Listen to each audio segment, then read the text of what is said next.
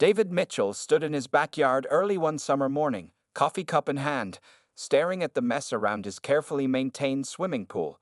At first, he thought he was imagining things. But no, there were definitely wet footprints on the concrete, pool toys scattered everywhere, and empty chip bags dancing in the morning breeze. Living in the peaceful suburb of Maple Grove for the past 5 years, David had always taken pride in his home. The swimming pool, which he had installed 2 years ago, was his pride and joy. He spent countless hours maintaining it, checking the chemical levels, and keeping the water crystal clear. It was his personal oasis after long days at the accounting firm where he worked. "This has to be a one-time thing," he muttered to himself, picking up an empty soda can. But deep down, he knew something wasn't right. The scene before him told a story of multiple people having a late-night pool party without his permission. As he cleaned up the mess, David noticed more details that made his blood boil. There were candy wrappers stuffed between his expensive pool loungers, wet towels abandoned near the fence, and, most infuriatingly, someone had moved his poolside furniture to create what looked like a diving board setup using his patio table. Walking around the pool's perimeter, David discovered a broken section of his wooden fence hidden behind the tall bushes. This wasn't random. Someone had deliberately created an entrance point to his backyard. The discovery made his stomach turn. How long had this been going on? That evening, after work, David decided to investigate further. He talked to his next-door neighbor, Mrs. Thompson, an elderly woman who spent most of her time tending to her prized rose garden. "Oh yes," she said, adjusting her gardening hat. "I've been hearing splashing and laughing late at night. I thought you were having friends over." Her innocent assumption made David's frown deepen. Returning home, David checked his pool's water level and chemical balance. The readings were off, suggesting multiple people had been using the pool recently. The filter was clogged with more debris than usual, and he noticed small scratches on the pool's liner, probably from people jumping in with shoes on. Unable to shake his concerns, David decided to set up a basic security camera system he had lying around from his previous home. He positioned one camera facing the pool and another pointing toward the broken fence section. Then he waited. The footage from the first night showed nothing. The second night was quiet too. But on the third night, around 11:30 p.m., the cameras captured everything. A group of teenagers, at least 6 of them, sneaking through the broken fence section. They carried towels, snacks, and even brought their own Bluetooth speaker. David watched the footage in shock as these young trespassers made themselves completely at home in his backyard. They were splashing around, doing cannonballs into the deep end, and even using his pool furniture as props for their stunts. The most surprising part? He recognized some of them from the neighborhood. The next morning, David sat at his kitchen table, rewatching the footage and taking notes. He identified at least 4 kids from the houses within a 2-block radius. One was definitely the Andersons' son from across the street. Another looked like the girl who delivered newspapers on weekends.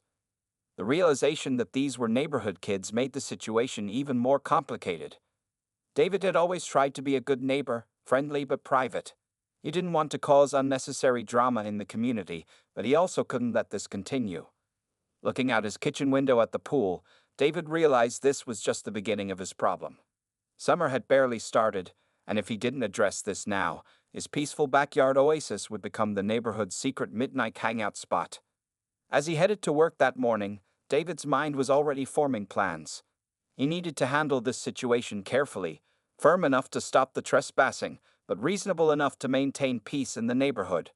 Little did these midnight swimmers know, David Mitchell had a few tricks up his sleeve, and he was just getting started. David's first attempt at solving the problem was straightforward and polite.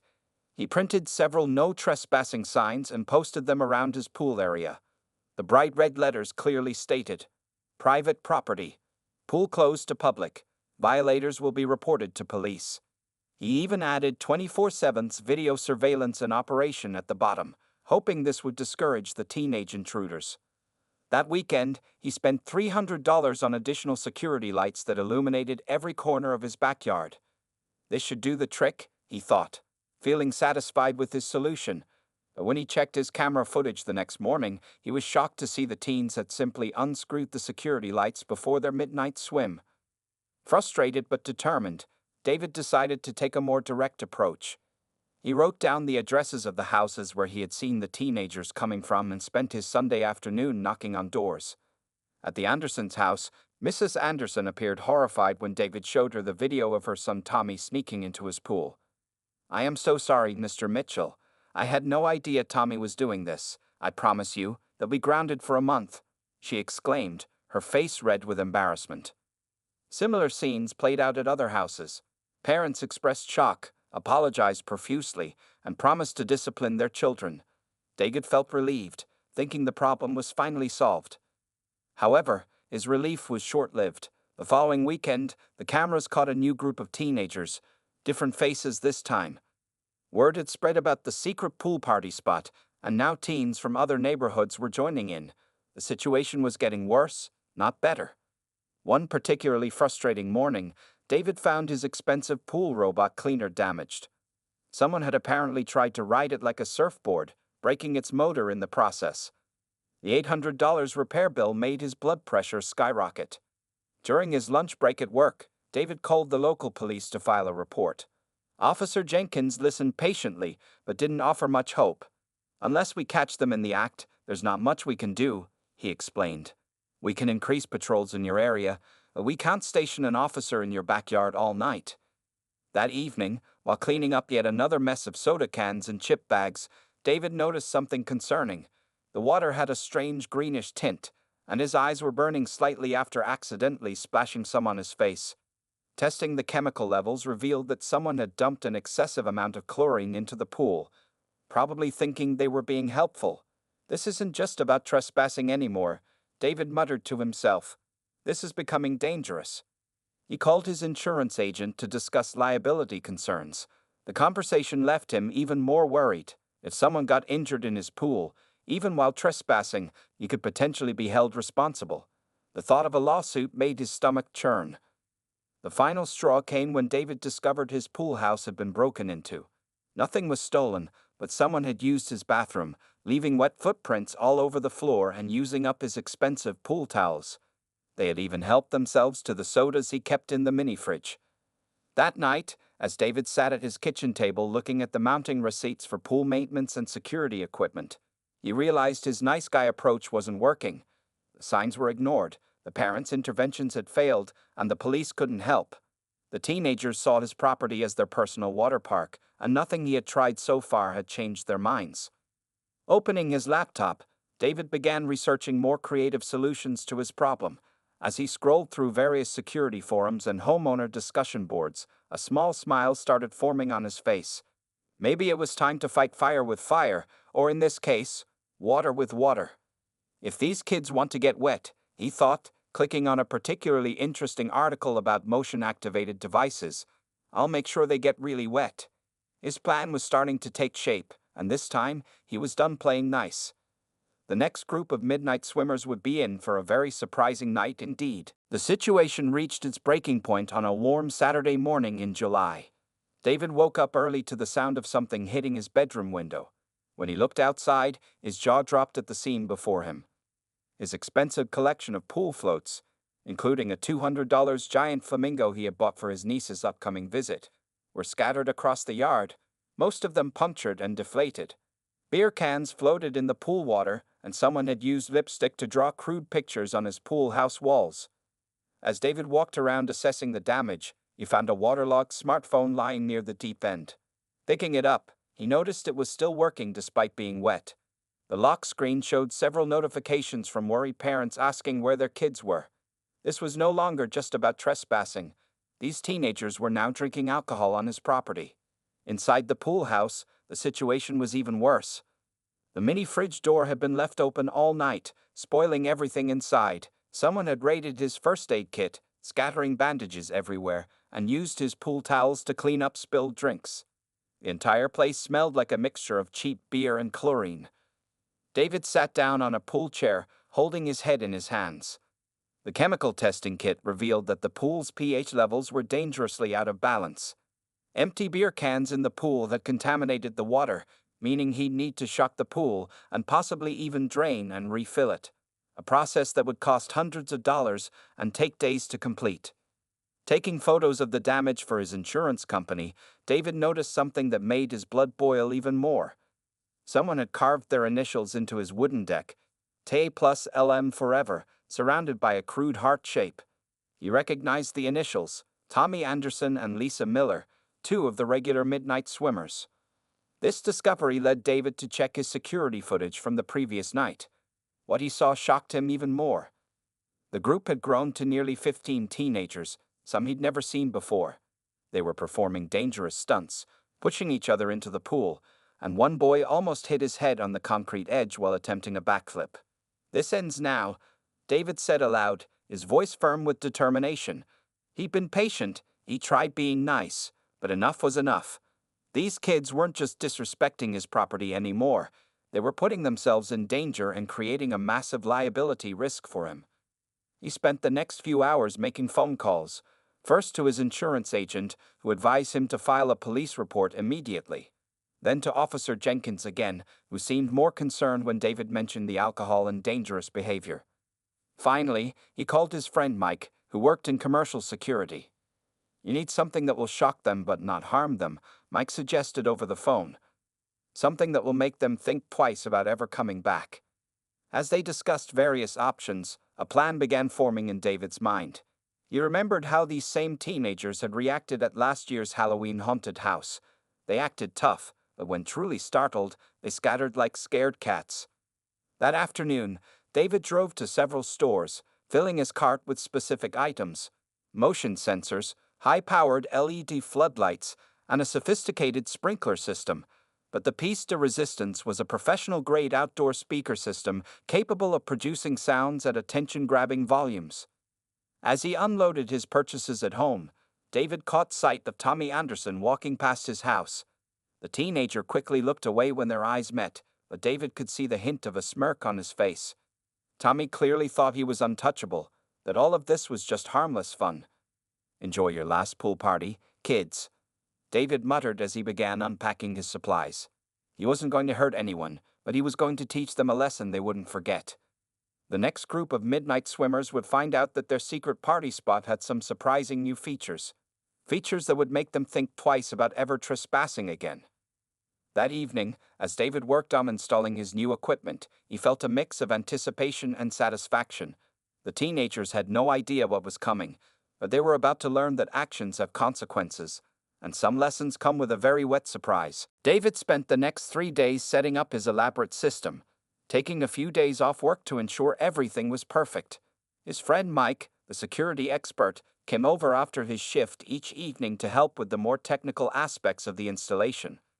"This has to be the most creative security setup I've ever helped with," Mike chuckled as they worked on synchronizing the motion sensors. They had strategically placed 6 high-powered sensors around the pool area, each one carefully hidden behind plants or under deck railings. The new system was ingenious in its simplicity. When triggered, the first response would be the sudden activation of industrial-grade floodlights, bright enough to illuminate the entire backyard like daylight. These weren't regular security lights. They were the same type used in professional sports stadiums. "The lights alone might scare them off," Mike commented, adjusting the final sensor. "But what comes next will definitely do the trick." The second phase of the system involved 8 powerful sprinklers, positioned at different heights and angles. These weren't ordinary garden sprinklers. They were high-pressure units capable of spraying water in concentrated bursts. David had carefully arranged them to create an inescapable zone of water coverage around the pool area. But the crown jewel of the setup was the sound system. David had purchased 4 weatherproof speakers and a subwoofer, concealing them around the yard. He spent hours creating a playlist that would trigger randomly when the system activated. A mix of police sirens, barking dogs, and his personal favorite: a booming, pre-recorded message in his own voice saying, "Pool safety detected. Authorities have been notified. Photographic evidence being recorded." To make everything legal and above board, David installed large warning signs at every potential entry point. "Key, property protected by automated security system. Trespassers will be soaped and recorded." He even had his lawyer review the setup to ensure it couldn't be considered a booby trap. The final touch was a new set of infrared cameras that would capture every moment of the chaos that was about to unfold. David couldn't help but smile as he tested the system one last time. The combination of blinding lights, soaking sprayers, and frightening sounds was startling even when you knew it was coming. That evening, David invited Officer Jenkins over to inspect the setup. The police officer walked around the yard, nodding approvingly. "This is actually quite clever," he admitted. "It's completely safe, but definitely effective. Mind if I stick around tonight to see if anyone shows up?" "Be my guest," David replied, setting up 2 lawn chairs on his back porch. "I got coffee and snacks ready. Something tells me we won't have to wait long." As they sat there in the growing darkness, Officer Jenkins shared stories about similar problems he dealt with over the years. "Most kids don't think about the consequences," he explained. "Sometimes they need a good scare to realize they're not just breaking rules, they're putting themselves in danger." David had also taken one extra precaution. Earlier that day, he'd sent an email to all the parents whose children he'd identified from previous videos, warning them about the new security system. He didn't want any of the kids to get in serious trouble. He just wanted the trespassing to stop. As midnight approached, David and Officer Jenkins sat quietly, listening to the crickets chirping. The pool water reflected the moonlight, creating an inviting scene, one that had attracted so many uninvited guests over the past weeks. "How long do you think before?" Officer Jenkins started to ask, but was interrupted by a soft thud near the broken fence section. David leaned forward in his chair, heart racing with anticipation. Through the darkness, he could make out several shadowy figures moving quietly toward the pool. They were carrying towels and what looked like a small cooler. "Here we go," David whispered, his finger hovering over the remote control that would activate the system. He waited until the group was perfectly positioned between the sprinklers.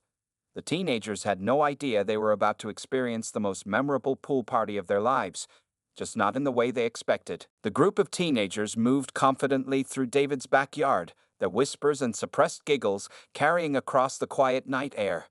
Through his night vision camera monitor, David counted 7 of them, including Tommy Anderson and his usual crew, plus a few new faces he didn't recognize. "Wait until they're all by the pool," Officer Jenkins whispered, watching intently from their hidden position on the darkened porch. The teens set down their cooler and began arranging their towels on the pool chairs. 2 of them were already pulling off their t-shirts, ready to jump in. Tommy Anderson stood at the pool's edge, phone in hand, apparently preparing to film someone's dive. "Now," David whispered, pressing the button on his remote control. The transformation was instant and spectacular. The stadium-grade floodlights burst to life, bathing the entire backyard in brilliant white light. The teenagers froze like deer in headlights, their faces showing pure shock as they were suddenly exposed in the glare. Before they could even react to the lights, the sprinkler system activated. 8 powerful jets of water shot out from different directions, creating an inescapable web of spray.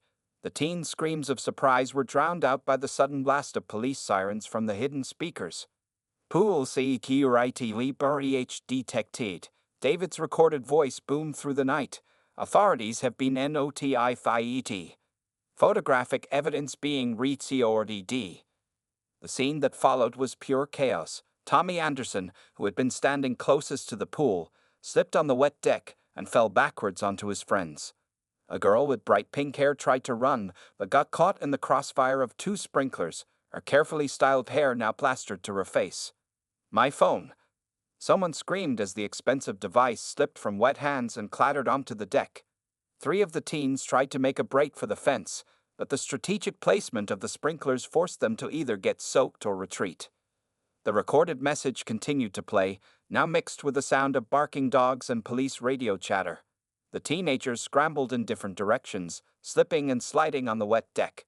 Their cool, confident attitudes had completely evaporated, replaced by panic and confusion. One boy attempted to grab their cooler but lost his grip on the wet handle, spilling its contents, several cans of beer rolling across the deck. Officer Jenkins raised his eyebrows at this, making a mental note. "Help!" squealed Lisa Miller as she got caught between 2 sprinkler streams, her designer outfit completely drenched. Tommy tried to reach her but got blasted in the face by another jet of water. From their hiding spot, David and Officer Jenkins struggled to contain their laughter. The scene playing out before them was better than any security footage David had ever seen. The teenagers' attempts to escape while getting repeatedly soaked was like watching a slapstick comedy routine. Finally, after what seemed like minutes but was probably only 30 seconds, the group managed to regroup and make a mad dash for the fence.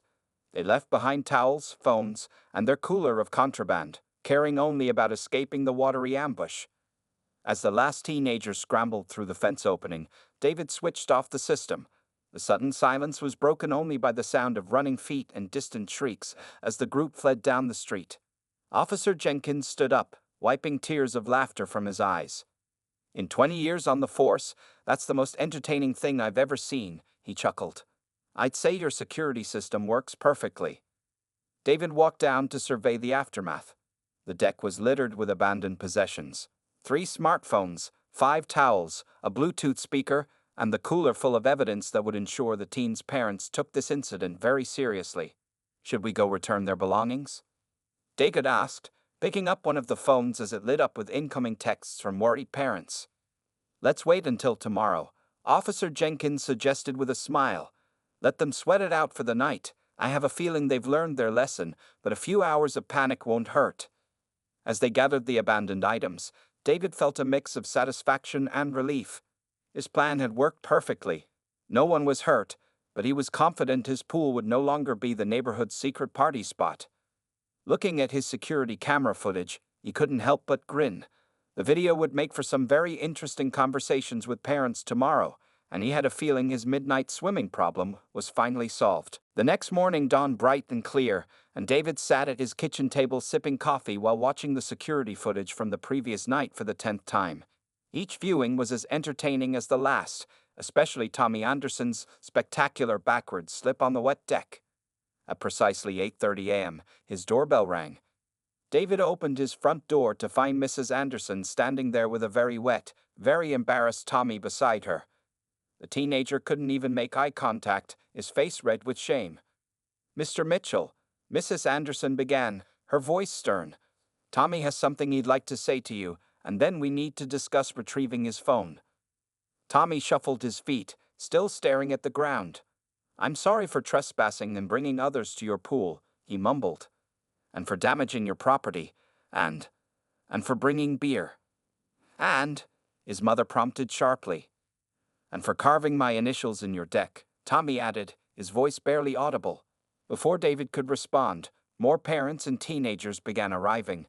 Within 15 minutes, his living room was filled with 6 sets of parents and their thoroughly chastened children. Lisa Miller sat sniffling on his couch, still wearing the damp designer clothes from the night before. Her father, a local business owner, looked particularly mortified. "Mr. Mitchell," Mr. Miller spoke up, taking charge of the situation. "We've all watched the security footage you sent us this morning. Frankly, we're appalled at our children's behavior. The drinking, the vandalism, the complete disregard for your property. Not to mention the dangerous stunts they were pulling," added Mrs. Thompson, whose daughter Rachel had been caught doing backflips into the pool on previous footage. Someone could have been seriously hurt. David looked at the gathering of wet, miserable teenagers and their angry parents. This was exactly the outcome he'd hoped for, not just catching them, but making sure they understood the seriousness of their actions. "I have all your belongings from last night," David said, bringing out a box containing the phones, towels, and other items left behind, including a cooler full of beer that I'm sure none of your parents provided. The teenagers squirmed uncomfortably as their parents' expressions darkened even further. "Before I return anything," David continued, "I want to make something clear. This wasn't just about protecting my property. Those stunts you were pulling could have ended with someone getting seriously hurt or worse, if someone had hit their head, or if the alcohol had led to drowning." He let the sentence hang in the air, watching as the reality of their reckless behavior finally seemed to sink in for the teenagers. Mr. Anderson cleared his throat.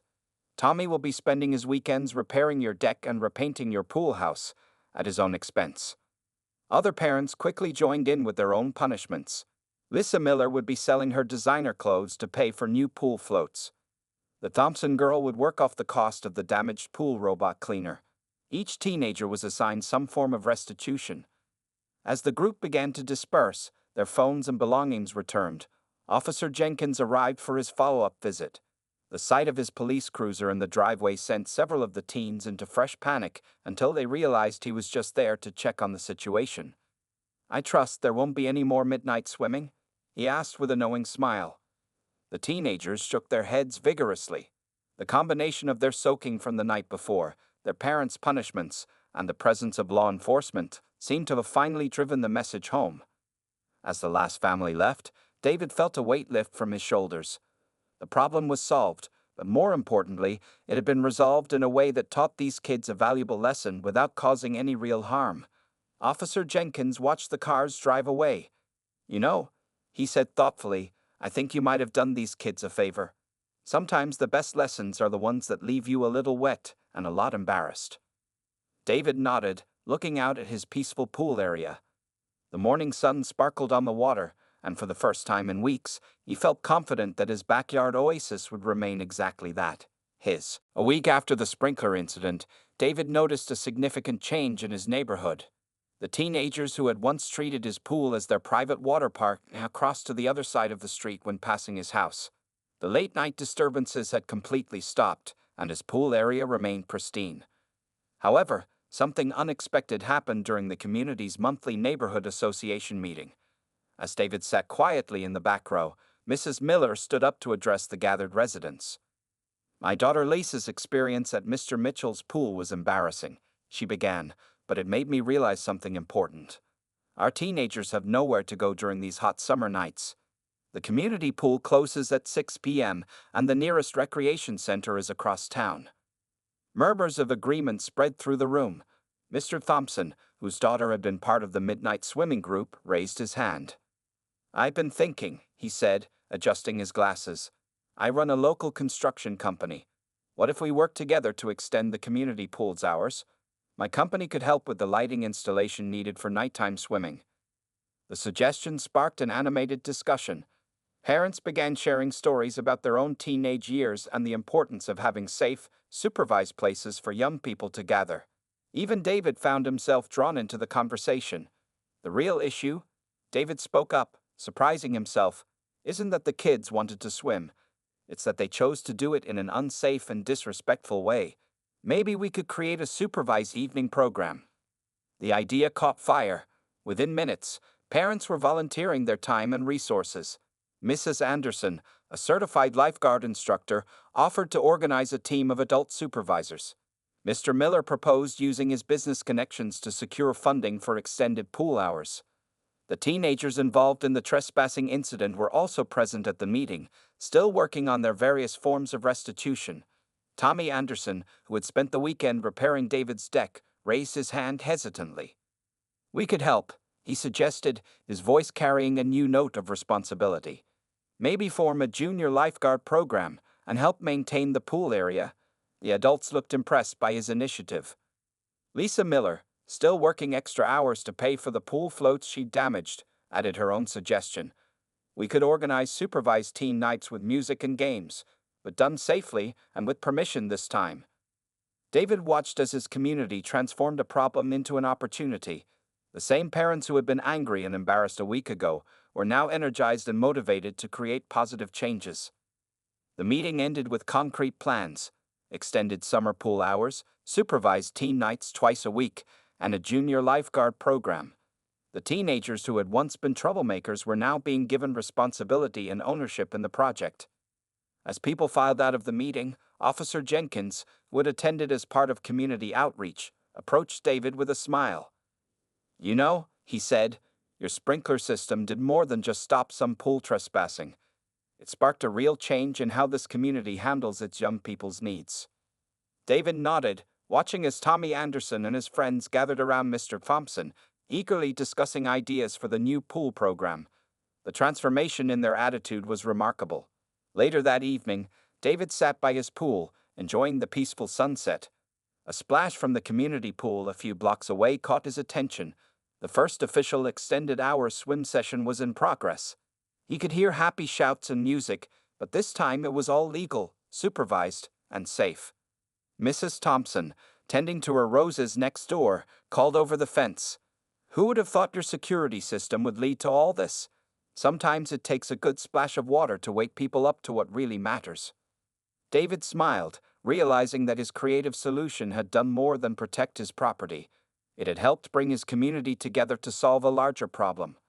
The teenagers had learned their lesson, but so had the adults. Sometimes the best way to handle a problem is to understand its root cause and work together to find a solution.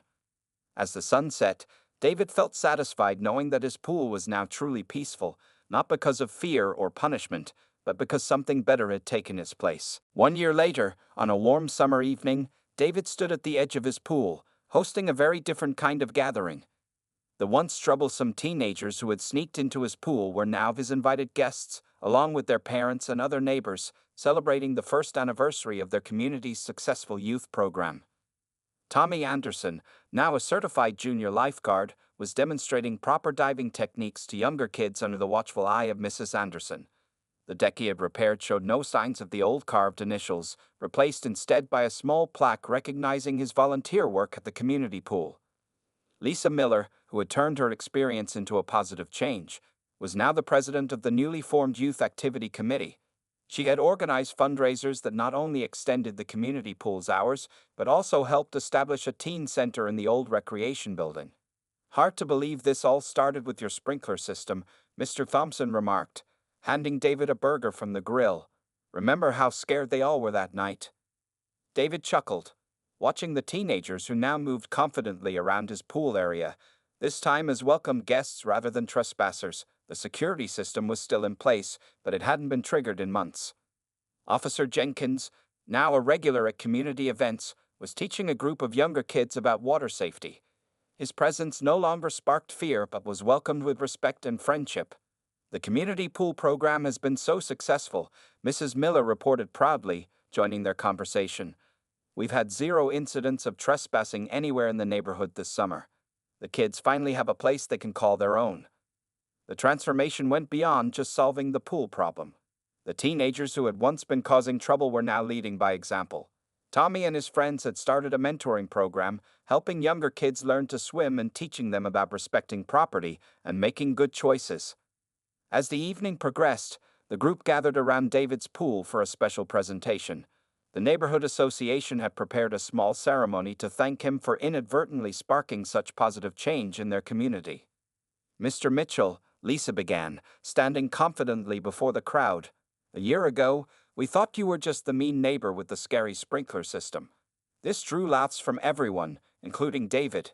But your creative solution didn't just teach us a lesson about respecting property. It helped us realize we needed to make changes in our community." Tommy stepped forward, holding a framed certificate. "We want to thank you for not just calling the police that night. Your way of handling things helped us learn responsibility without ruining our lives with criminal records."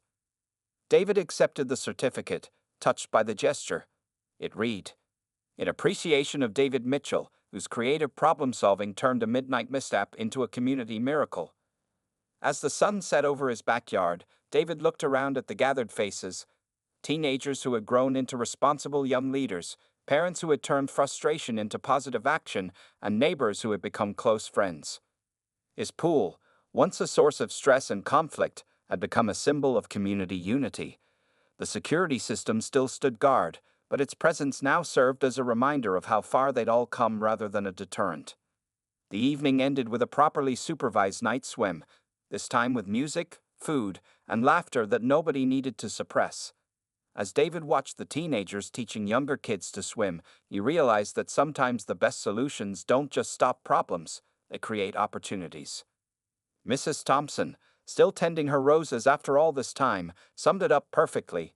"You know, David, your sprinkler system did more than teach those kids a lesson. It taught all of us that when we work together, we can turn any problem into a chance to build something better."